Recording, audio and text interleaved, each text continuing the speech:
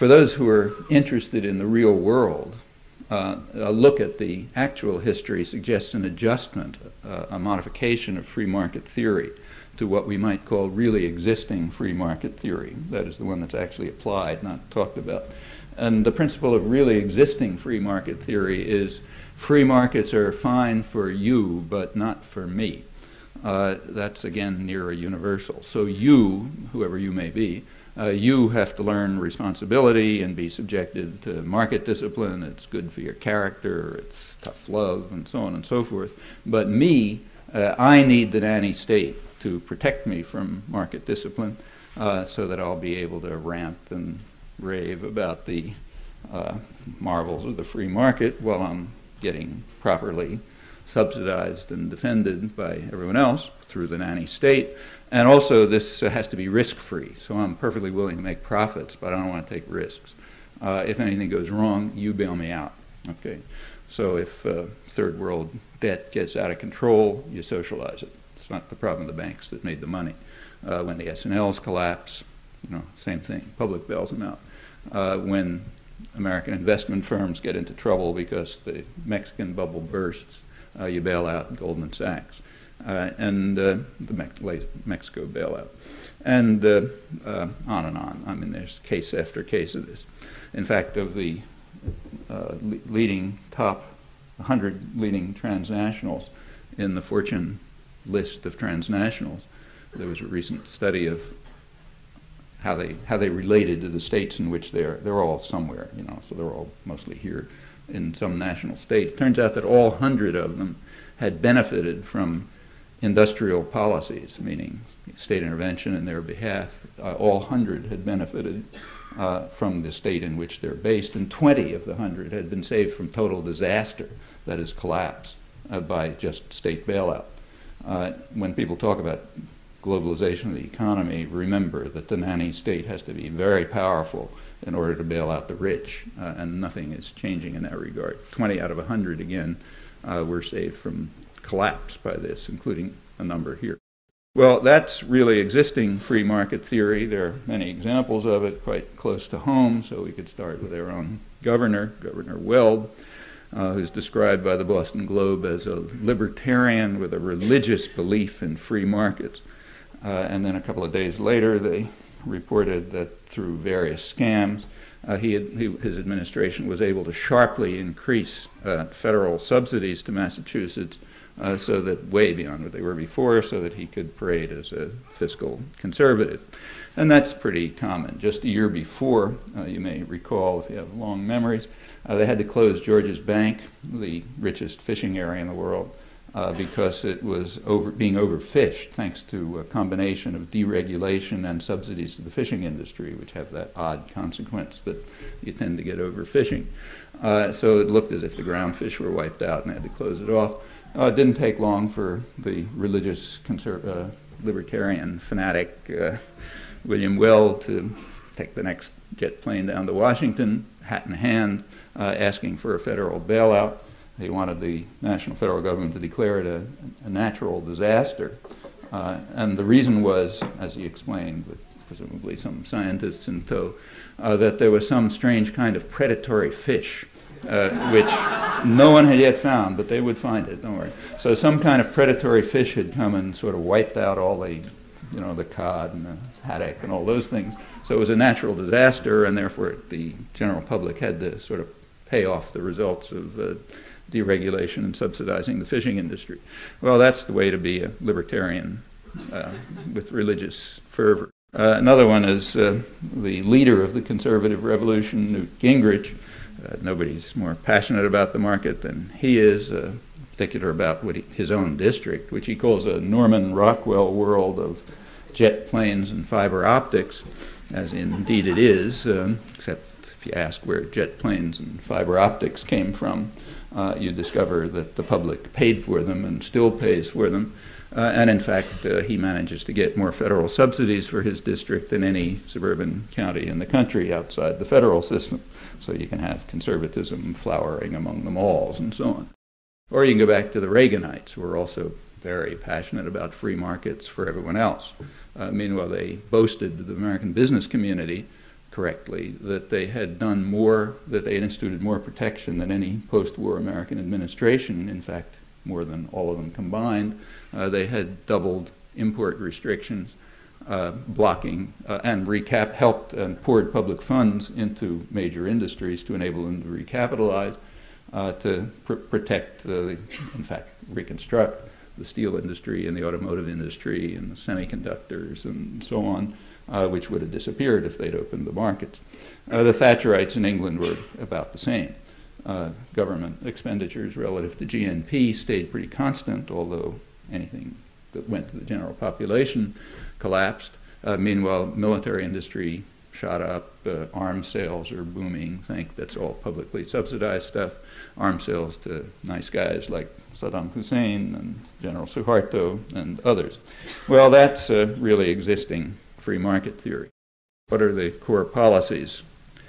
Well, the Washington Consensus, which is basically designed for the third world to make it that way and keep it that way, it's now being applied not just to the third world countries, but to the rich industrial societies, with the United States and Britain in the lead. However, it's with a twist. Since it's being applied at home, this is really existing free market theory that's being applied at home, meaning nuanced. So powerful government to protect the rich, and market discipline and tough love for everyone else. And you see that very clearly. Go through the various elements of the Washington Consensus. The first one is about reducing government. Well, that's false. We're not reducing government. We're shifting it around. So social spending is indeed way down since the 1970s, when this stuff started. Accelerated after 1980, but it was starting in the mid-70s. The kind of a benchmark example is AFDC, the main support system.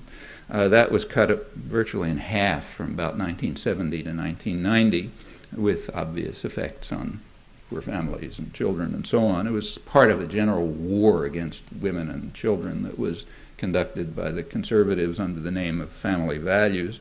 It's interesting that they were able to get away with that. That tells you something about the intellectual culture. Well, one part was the reduction of AFDC by roughly half, from about 1970 to about 1990. It's now essentially gone. Purpose of that, as you know, is so that 7 million, a couple of million, I think 5 or 6 million kids, average 7 years old, can learn responsibility. That's part of tough love. Meanwhile, another part of the government has been very stable and in fact is going up, namely the Pentagon system, which remains at approximately Cold War levels. In fact, it's higher now than it was under Nixon, although the big enemy has disappeared, which tells you exactly how much, tells a rational person at least, exactly how much they were worried about the Russian threat. Not only does it remain at Cold War levels, but it's going up under the initiative of the fiscal conservatives. The Heritage Foundation, which, sort of the right-wing foundation that designs the budget for the Gingrich Army, are calling for an increase in the Pentagon system, as is Gingrich, as indeed was Clinton. So that goes up. And I should say that cutting of social spending is being cut very sharply, very much over public opposition. At the time of the 1994 congressional election, the big landslide, over 60% of the public wanted social spending to increase.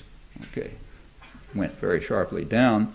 What about Pentagon spending going up? Well, this public is 6-to-1 opposed to that, which gives you one aspect of a big picture about what's happening to American democracy. I mean, somewhat of a change, not a huge change.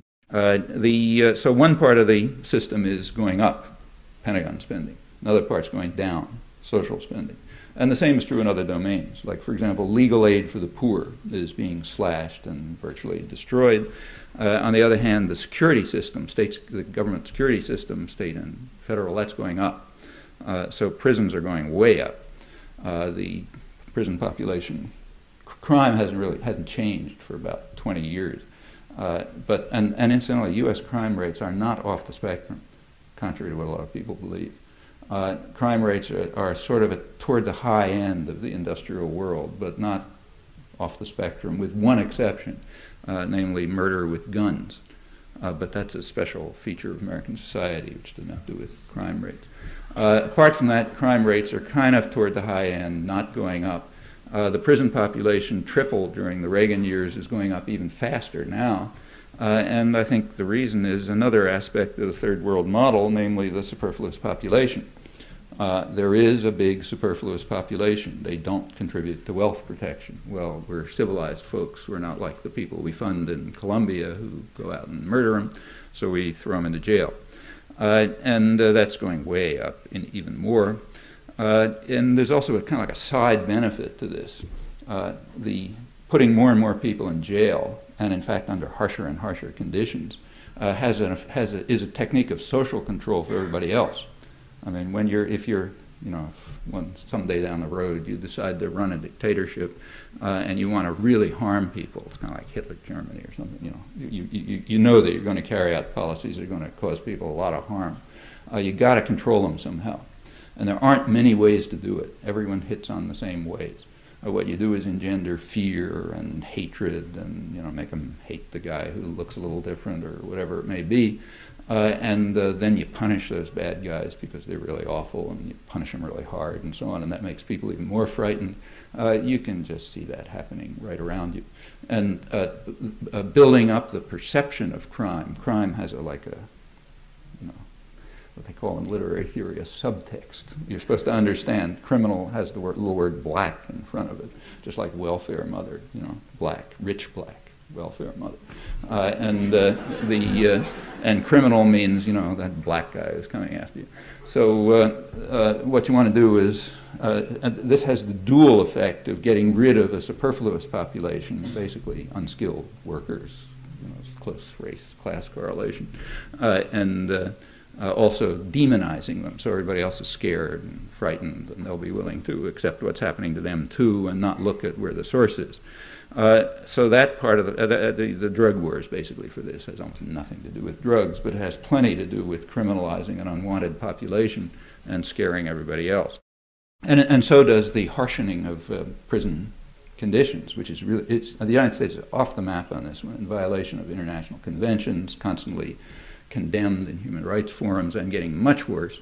The reinstitution of chain gangs was, of course, bitterly condemned, but that's that bad South. Alabama, well, it's now in Illinois. The state Senate of Illinois last week or two ago legislated chain gangs, not for violent criminals, incidentally, for people who are found with drugs or, robbed a store or something like that.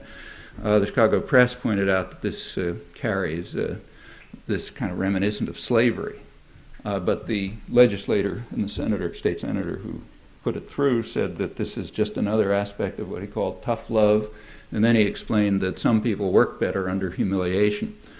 So it's really good to restore elements of slavery. And again, the subtext is everybody else gets scared. If those guys have to walk around like slaves in chains, we must be in real danger. So therefore, we'll accept what's happening to us. That's the logic. So prisons are going up, and that has a lot of side benefits.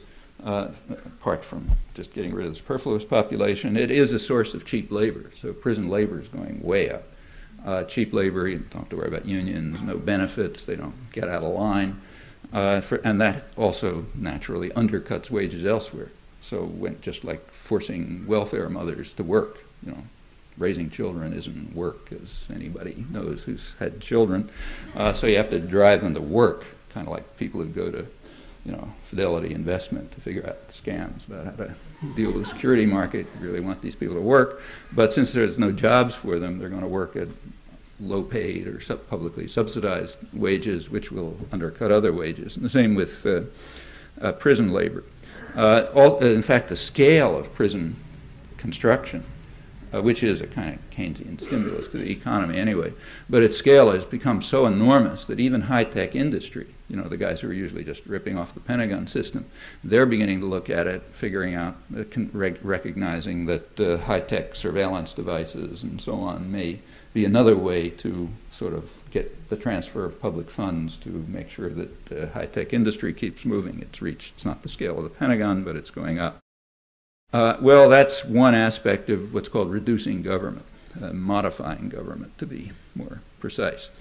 Another aspect of it is what's called devolution, moving governmental power from federal to the state level. And that has a kind of a rationale which you hear all over the place. For example, there was an op-ed a couple of weeks ago in the New York Times by John Kogan of Hoover Institute at Stanford, who pointed out what he called a philosophical issue that divides the Democrats and the Republicans. The philosophical issue is that the Democrats believe in big government and entitlement, and the Republicans believe in getting power down closer to the people, to the states, because they're kind of populist types. Well, it takes about maybe 3 seconds thought to realize that moving power down to the states in funding and so on is just moving it away from the people for a perfectly elementary reason. There's a hidden part of the system, of the power system, that you're not supposed to know about or think about, and that's private power.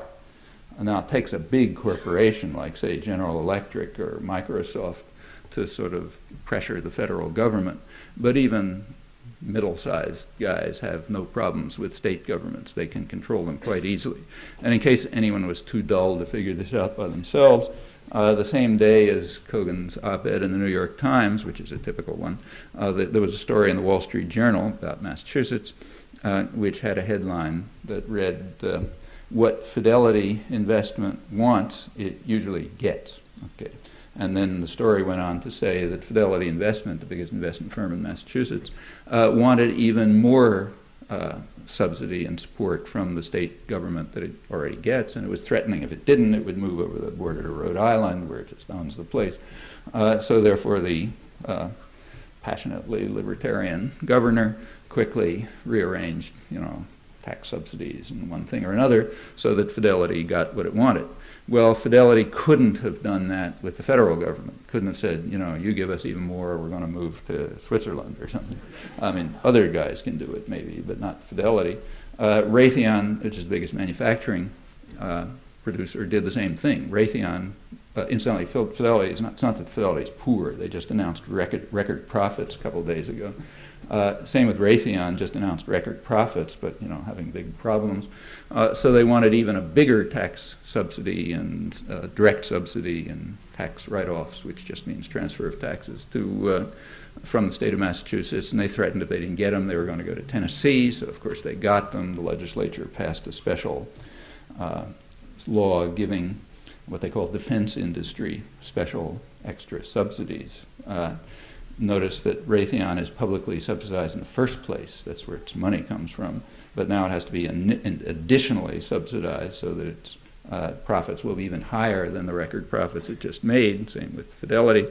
And that's the kind of game anybody can, even way down to much smaller businesses can play with states. And the consequences of devolution are quite straightforward. It means that any funding that goes to, say, block grants that go to the states, you can be reasonably confident that they'll end up in the deep pockets of rich people, not in the hands of hungry children or poor mothers or anything like that. That's how you get power down to the people. Okay, that's devolution. In fact, quite generally, when you look at it, what's called government cutting is more or less cost transfer. It's almost never reduction. Sometimes it's increase. So let's take take health reform. Reform is a word you always ought to watch out for. Like when Mao started the Cultural Revolution, it wasn't called a reform. Reform is a change that you're supposed to like. Okay, and watch. So as soon as you hear the word reform, you kind of reach for your wallet and see who's lifting it. Anyhow, there are things called health reforms, and the health reforms are supposed to, cut government costs. Well, they do cut one kind of cost, but of course they raise another kind of cost. There's a very respectable outfit called the National Bipartisan Leadership Council, headed by two ex-presidents, Ford and Carter. And it just did a study of the cost transfer effects of the planned health reforms. It concluded that they would add about $10 billion a year extra costs, but those extra costs will come from wages and higher premiums, okay, which means it's a highly regressive tax on the poor, highly regressive tax, you know, if it comes from wages and premiums, of course. And that's $10 billion a year. They also estimated that it'll increase the number of uninsured by 15 to 20%. This is by the year 2002, so up to about 54 million by the year 2002. Well, that's a cost, big cost, an unmeasurable cost. So you find all the way across the board, and furthermore, it's no big secret. So, like the Wall Street Journal had a headline which pointed out that when the reforms were, you know, moving through Congress, it said rich gain, poor lose, trade-offs for the middle class, okay? Which is right. That's exactly what the reforms are intended to do. You have to remember, by middle class, they mean the people right below the very rich. So they don't mean the median. You know, they're not talking about people with $30,000 a year income. They mean so what it really means is great for the rich, super rich, trade-offs for the near rich, tough business, tough love for everybody else, which is most everyone. When you close public hospitals and that sort of thing, you know exactly who's going to suffer. Well, let's go to what are called, take say New York, which has a conservative governor and a conservative mayor, and they're carrying out very extensive conservative tax cuts because they're fiscal conservatives. The tax cuts, the New York Times pointed out in a small item, all benefit business. So by accident, all the tax cuts benefit business. Well, there are also tax increases, which are compensating for the tax cuts, but they don't call them tax increases.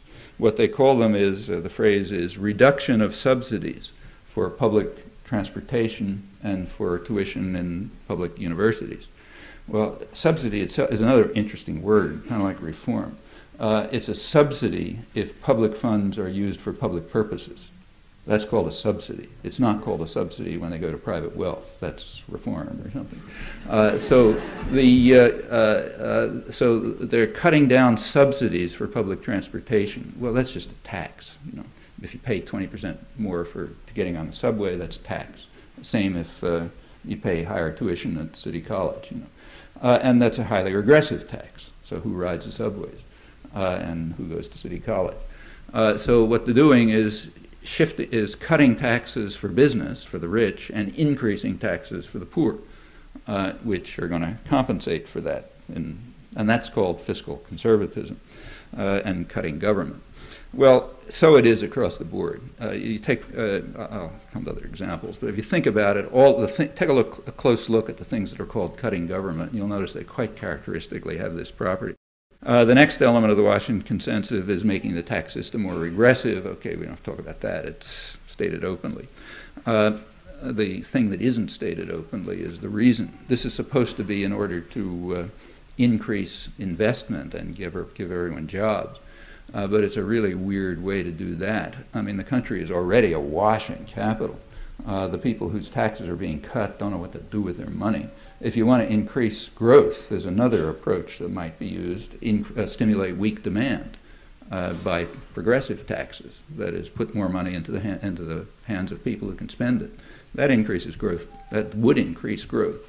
But that's not the right way to do it. The right way to do it is by cutting financial gains so that you can have more speculation against currencies. So that's the second part, make the tax system more regressive. What about deregulation? Well, same effect. Deregulation is a cost-shifting measure. So, for example, if you deregulate, if you allow industries to, as they've done already, to deposit toxic wastes without cost, because you have deregulation, it increases their profits, but it also increases water and sewage rates, which is a regressive tax on everybody else who's got to pay that. Also, it has further costs. Some of them you can't estimate. For example, the costs in, say, health and quality of life and so on.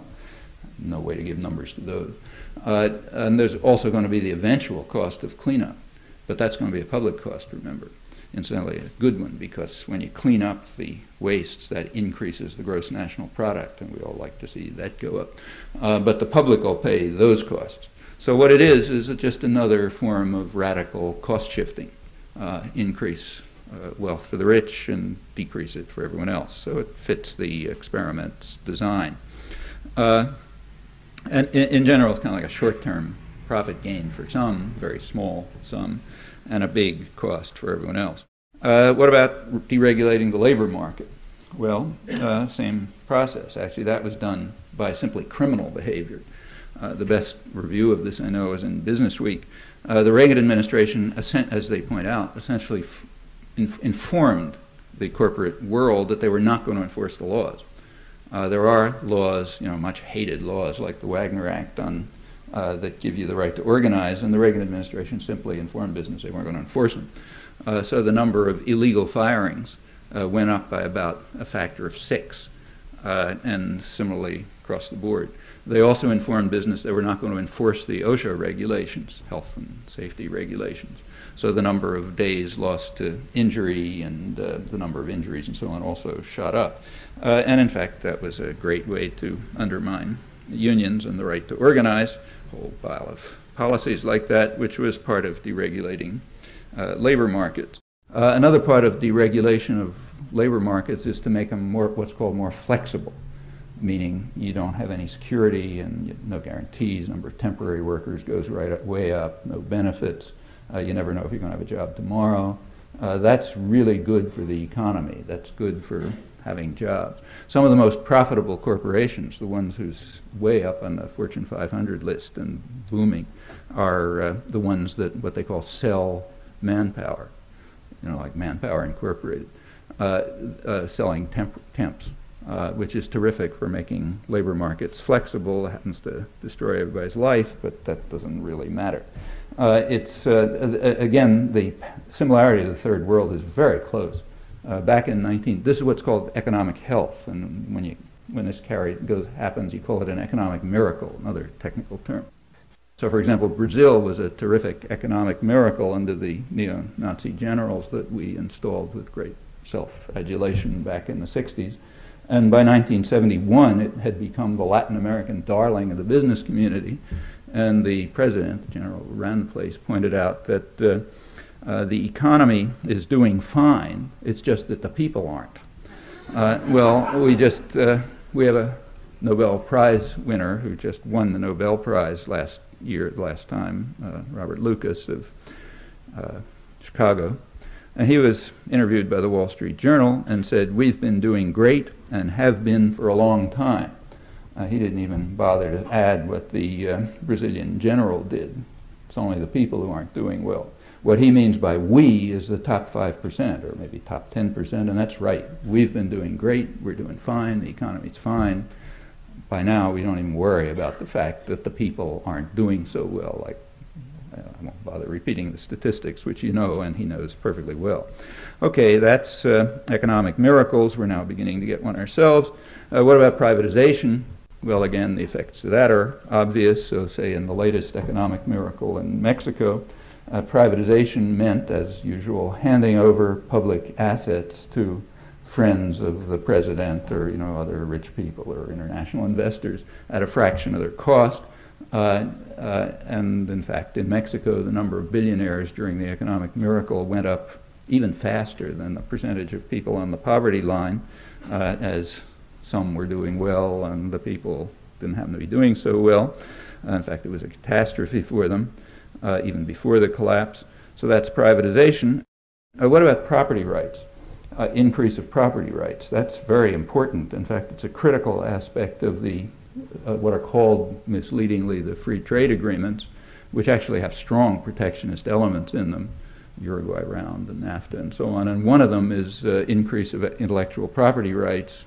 I'll go into the details, but what it amounts to is guaranteeing that major corporations have a monopoly on the technology and knowledge of the future. And they extended those by various devices so that it's about 50 years before you can interfere with owned property, which comes from public subsidy, usually through research, and then is handed over to some private corporation, and nobody else is allowed to touch it. So increasing property rights has a big effect, highly protectionist measure, which is central to the new trade agreements. and has a long-lasting effect way down the road on organizing the international economy and who gains and who loses. Last element of the Washington Consensus is reducing trade barriers. And here there's another scam that you ought to keep your eyes on. What's called trade in economics is a very odd notion. So for example, if Ford Motor Company moves parts from Indiana to Illinois for assembly and then moves them back to Indiana, that's not called trade. But if Ford Motor Company takes parts made in Indiana and moves them across the border to Mexico, where you get much cheaper labor and you don't have to worry about pollution and so on, and they get reassembled in Mexico and then sent back to, say, Illinois for value added, that's called exports and imports. Never had anything to do with the Mexican economy, or in fact any economy. It was all internal to the Ford Motor Company, but it's exports and imports. So how big an element is that? Well, about 50% of U.S. trade. So about 50% of what's called U.S. trade is actually internal to individual corporations, meaning controlled by a very visible hand with all sorts of methods around for distortion of markets and robbery and so on and so forth. And it's about the same for Japan. And for the world, it's hard to get numbers, but what's estimated for the world is around 40% of trade. Agreements like, say, the Uruguay round, GATT, if that increases what's called trade, what it actually does is increase investor rights. That is, it increases the power of transnational corporations. You have to really look pretty closely to figure out what the effect is on trade in any meaningful sense. For example, it may increase cross-border operations, but decrease trade in a meaningful sense of trade, meaning something that's not under the control of kind of corporate mercantilism. Going on with this, it's perhaps worth noticing that the very concept of capitalism and markets has virtually disappeared. So for example, if you take the current issue of Foreign Affairs, there's an article by Joseph Nye of the Kennedy School, I think maybe it's the dean of the Kennedy School, who explains that there's a big new weapon in the hands of American diplomats. American diplomats, he says, diplomacy has a force multiplier. And the reason is because of the attraction of democracy and free market enthusiasms of the United States. Those things have given the U.S. a real force multiplier. And then he spells it out. It comes from Cold War investments in high technology, electronics, aviation, telecommunications, and so on. That's our free market enthusiasms and democracy. Well, where did electronics and aviation and telecommunications come from? Well, from public funds. They didn't have anything to do with the free market. They came from public funds which were transferred to high technology industry under the conscious guise, deceit of security, and it was conscious. So Truman's first Secretary of the Air Force back in 1948 pointed out to Congress that the word to use is not subsidy, the word to use is security. And in fact, the whole system was designed that way and stays that way. So that's the tribute to democracy and the free markets. Tribute to democracy and free markets is you rob the public by deceit to enrich the rich. That's free markets and democracy. And it's published without comment. Another article and probably nobody notices, because the concept of capitalism, just like the concept of democracy, is just gone. Nobody knows what it is. Democracy means deceive people into doing what the rich people want, and markets means make sure the public subsidize the rich. Or to take another example, take say the Wall Street Journal, which you'd think would be the last holdout where somebody remembers what capitalism is. Well, they had a front lead article a couple of weeks ago on various strategies that states, meaning like states of the Union, were using to try to be more business friendly. And they picked two examples, Virginia and Maryland, who are sort of competing and to see who can most sponsor entrepreneurial values and be most business friendly and so on. And they said, well, for a while it looked like they have somewhat different strategies. That's why they were describing them. For a while Maryland was doing better, then it turned out Virginia's doing better. Now Virginia's doing better. They're more business friendly, more gung-ho about business and so on. All right, you read the article. Turns out it's not Virginia and Maryland. What it is the suburbs of Washington, some of which are in Virginia and the others of which are in Maryland. And what are the two business strategies? entrepreneurial strategies. Well, the suburbs of Washington figured they could rip off the National Institute of Health and others develop biology-based industries. They were looking for biotechnology and so on. They figured that's going to be the big cash cow. And Virginia, which is more business-friendly, decided that the old cash cow, the Pentagon, would probably be the best way to rip off public funds.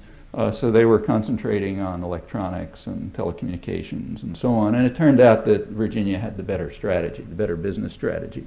They made a better guess about which public funds to rob. And that's what it means to have entrepreneurial values. And it's, again, reported without comment. This just continues virtually without a break. The New York, I'll give you one last example. The New Yorker had a rather good article, actually. By now, the story about what's happening to the economy and to the population, which used to be what crazies on the left talked about, it's now sort of hit the public, so you read it in the newspapers. New Yorker had an article in which they reviewed the figures on decline of real wages and increase in profits, and the story you're familiar with by a guy named Thomas Cassidy. It wasn't a bad article, actually, sort of reviewed the familiar facts. And then he ended up by saying, look, no one's to blame for this. It's just the market in its infinite and mysterious wisdom just has these effects, and there's nothing you can do about it. And they gave 3 examples, exactly 3 examples in the article of the market in its infinite and mysterious wisdom, namely Grumman, McDonnell Douglas, and Hughes Aircraft. Maybe this is some kind of subtle irony that I'm missing, but these are 3 prototypes of publicly subsidized corporations. Grumman, Hughes, McDonnell Douglas, they wouldn't exist for 2 minutes if it wasn't for a huge public subsidy. So that's the market and its infinite and mysterious wisdom. When Clinton was announcing his grand vision of the free market future at the APEC conference in Seattle, he did the same thing. It was in the Boeing terminal. That's where he announced it. And he gave Boeing as the example of the grand vision of the free market future, and there are big headlines in all the newspapers, a lot of applause about our love of the free market and so on. It's unnecessary to comment. But it is kind of interesting. What it means is that the concept of capitalism and markets has disappeared as fully as the concept of democracy, which is an interesting fact about the modern period, and a kind of a natural effect of applying the Washington Consensus at home, because you really have to drive out any understanding of what's going on, namely that it's really existing free markets that are being imposed. Well, all of these current measures share one fundamental principle, and I think that's really the heart of it. Two related fundamental principles. One is they transfer wealth to the wealthy, and the second is they transfer decision-making power to the wealthy. So all of them have the effect, just think it through, every one of them has the effect of putting more power to make decisions into the hands of unaccountable private tyrannies, what we call corporations, basically totalitarian institutions, but they're mostly unaccountable. That's the effect. You think through the examples. Every case of the Washington Consensus applied at home has exactly this effect. And a good part of the propaganda system has the same goal, in this case, surely conscious.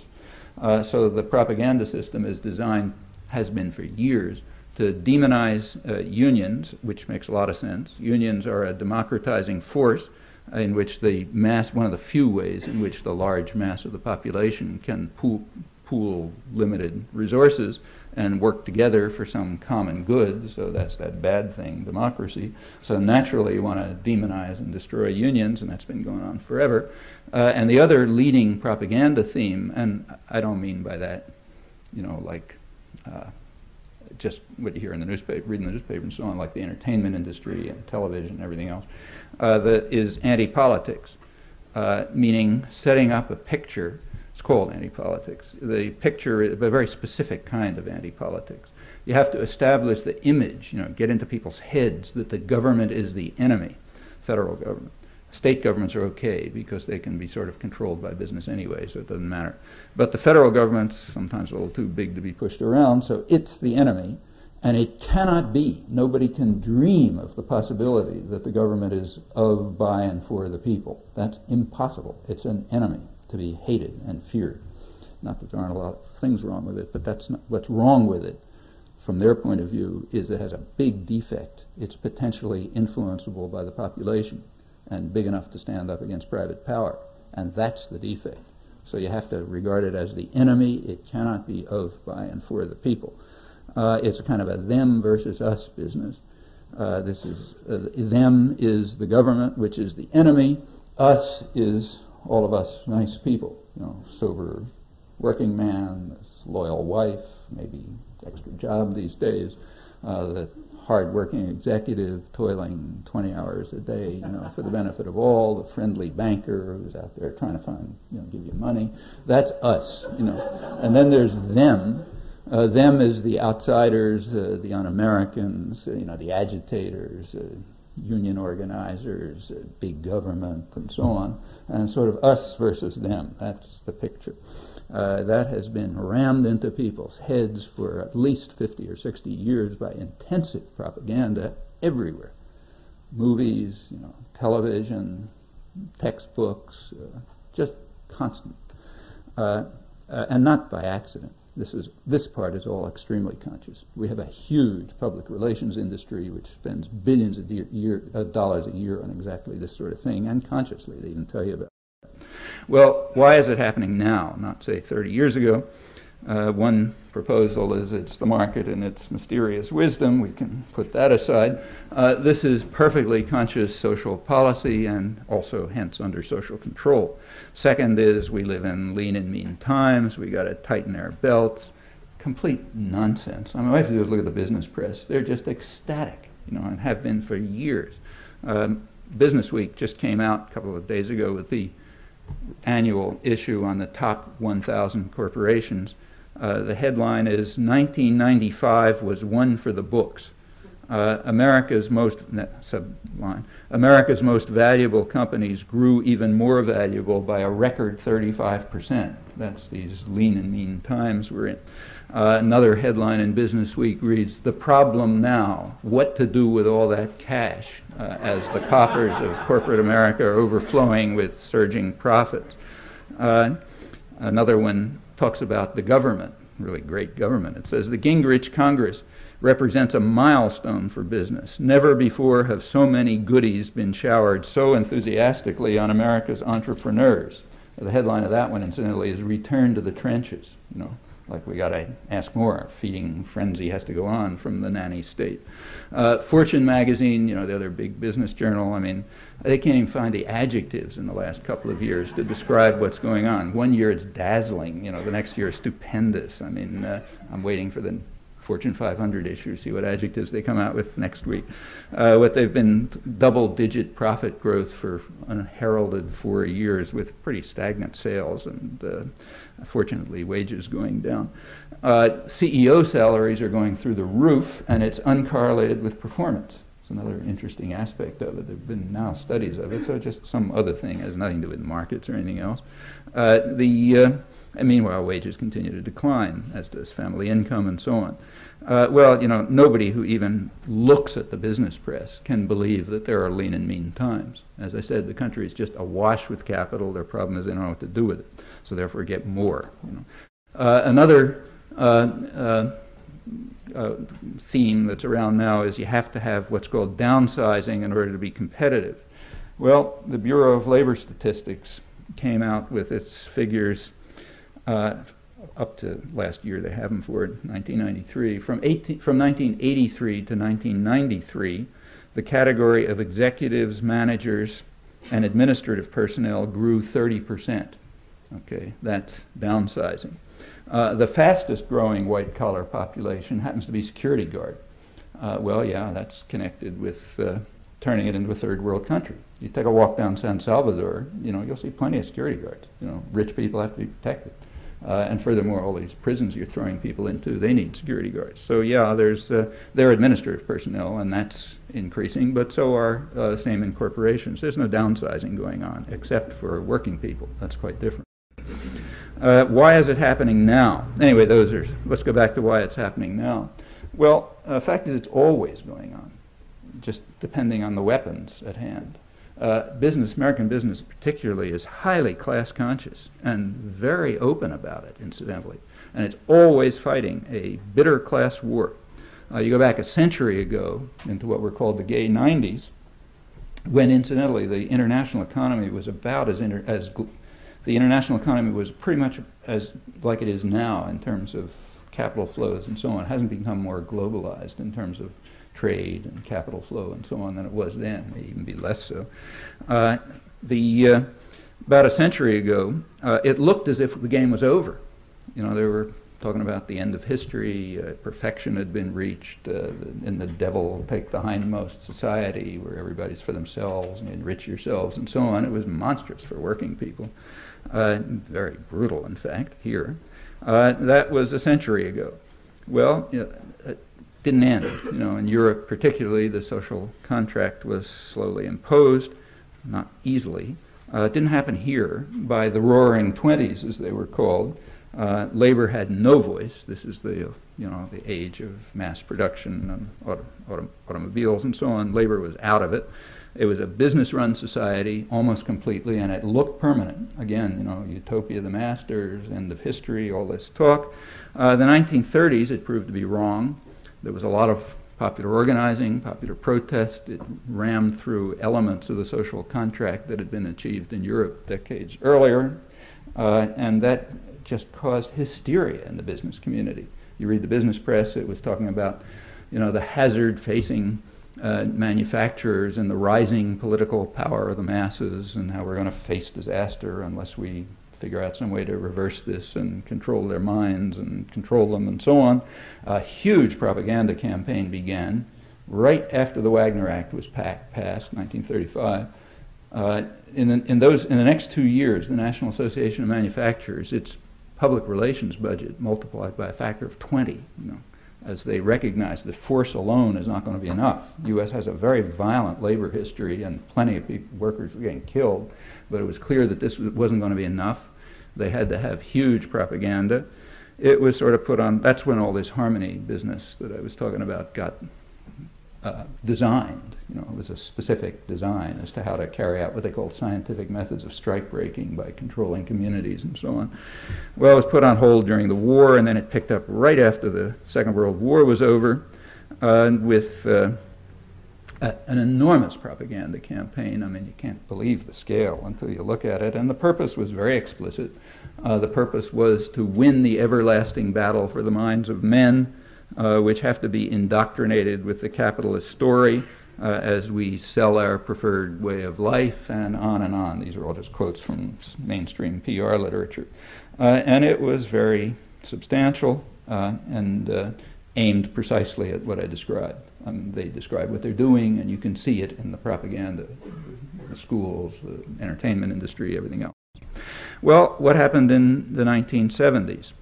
What happened is there were some changes in the international economy and in technology and so on, which just put new weapons into the hands of the masters.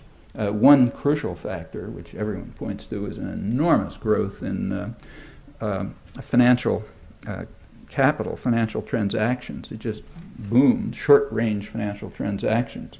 That came about partly because of the dismantling of the post-war Bretton Woods system of regulated currencies, which kind of made currencies free-floating. The Nixon administration just dismantled it. Partly it came about for technical reasons. I mean, the telecommunications revolution, which was, of course, publicly subsidized, at that point made it possible to transfer funds very rapidly. So like you can, by now it's estimated around $1 trillion a day, just shift up and back from one market to another, very short-term transactions, all and at and aimed at something. They're all aimed at low growth and high profits and low wages. And that is a factor that's driving policy in that direction. I don't think it's by any means an uncontrollable factor, but it's definitely a factor. And that's just put a lot, and the changes are in the composition of capital transactions are very striking. From about maybe the time when you have data, like late 19th century up till about 1970, rough estimate was that about 90% of capital transfers had to do with the real economy, you know, with investment and trade, 10% speculation. By 1990, the figures had reversed. By 1995, the latest UNCTAD, UN Economic Commission estimate was about 5% real economy, 95% speculation, short-term speculation like against currencies, which is essentially aimed at driving down growth and increasing profits and lowering wages. This was understood very quickly by the late 70s, and there were proposals made, for example, by James Tobin, the Yale economist, Nobel Prize winner at an American Economic Association presidential address, 1978, simply suggested a simple reform. Low tax, very low tax on short-term financial transactions, just to slow it down, throw a little sand in the gears. Probably work. It's been called the Tobin tax, but it's not getting anywhere because the weapon is a very important one. That weapon has been used very efficiently for all the purposes that have been described, and there are other things.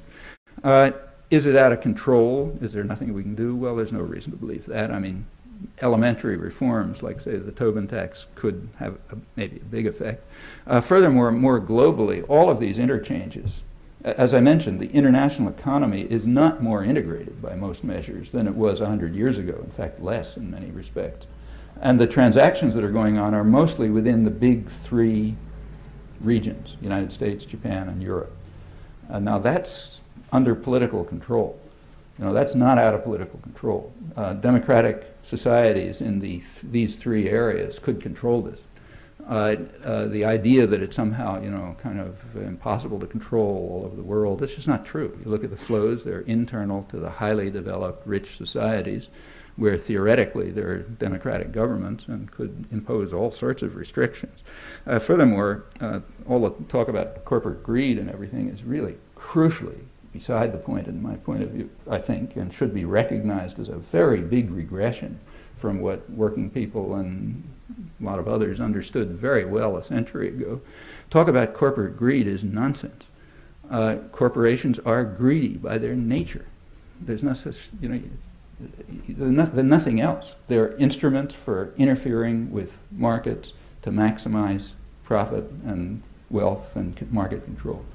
You can't make them more or less greedy. I mean, maybe you can sort of force them to be. It's like taking a totalitarian state and saying be less brutal. Well, yeah, maybe you can get a totalitarian state to be less brutal, but that's not the point. The point is not to get a tyranny to be less brutal, but to get rid of it. Now, like 150 years ago, that was understood. I mean, if you read the labor press, there was a very lively labor press right around here, Lowell and Lawrence and places like that around the mid-19th century, run by artisans and what they call factory girls, young women from farms who were working there. And they weren't asking the autocracy to be less brutal. They were saying, get rid of it. And in fact, that makes perfect sense. These are human institutions. There's nothing graven in stone about them. They're created early in this century with their present powers. They come from the same intellectual roots as the other modern forms of totalitarianism, namely Stalinism and fascism, and they have no more legitimacy than they do. So it's not let's try and make the autocracy less brutal if that's the short-term possibility, but we should have the sophistication of, say, factory girls in Lowell 150 years ago, and recognize that this is just degrading and intolerable, and that, as they put it, those who work in the mills should own them, and on to everything else, and that's democracy. You don't have that, you don't have democracy. Okay.